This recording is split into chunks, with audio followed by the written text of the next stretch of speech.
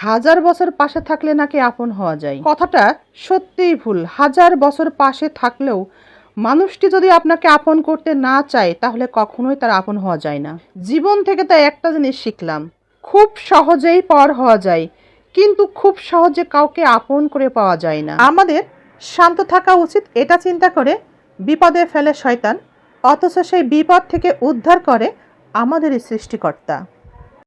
আপনি নারী হন অথবা পুরুষ, বাইরের কোনো একজন ব্যক্তির সাথে যদি আপনার খুব বেশি কথা বলতে ভালো লাগে, তাকে খুব পছন্দ হয়, তার সাথে কথা বলতে অনেক অনেক অনেক ভালো লাগে, তার সাথে কথা বললেই কেবল আপনি শান্তি পান, তবে এটাই হবে আপনার জীবনের জন্য অশান্তির কারণ। এই কথাগুলো আপনার সারা জীবন কাজে লাগবে। যদি আপনি টাকা উপার্জন করতে পারেন তাহলে সম্মান এমনিতে আপনার ঘরে চলে আসবে, কিন্তু যখন পুরুষের পকেটে টাকা থাকে না তখন সব থেকে কাছের মানুষ হয় তার স্ত্রী। যখন পুরুষের পকেট টাকাতে ভর্তি থাকে তখন তার কাছের মানুষ হয় তার পরিবারের সদস্যরা। পকেট ভর্তি টাকা নিয়ে অন্তত একটা কথা চিন্তা করবেন, আপনি তাদেরকে ভালোবাসেন, তারা টাকাকে ভালোবাসে নাকি আপনাকে ভালোবাসে? যে পুরুষের সংসার করার ইচ্ছা থাকবে সে সকল পরিস্থিতির মধ্যেও স্ত্রী সন্তানকে আগলে রাখবে, স্ত্রীর খুঁতগুলোকে মেনে নিবে, দোষগুলোকে শুধরে নিবে। কিন্তু যে পুরুষের সংসার করার ইচ্ছাই থাকে না সে শুধুই স্ত্রীর দোষ খুঁত বের করার চেষ্টা করবে, এভাবেই স্ত্রীকে অবহেলা করবে এবং সংসার থেকে বেরিয়ে যাওয়ার বাহানা খুঁজবে। হাসিতেই প্রায় সব মানুষকেই চেনা যায়, সব মানুষই একই ভঙ্গিতে কাঁদে, কিন্তু হাসির সময় এক একজন এক একভাবে হাসে।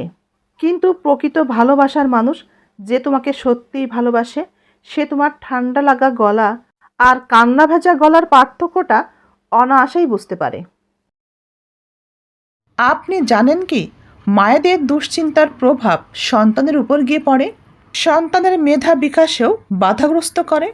একাধিক গবেষণা বলছে মায়ের বিষণ্ণতা এবং হতাশা সন্তানের শিখন প্রক্রিয়াকে বাধাগ্রস্ত করে।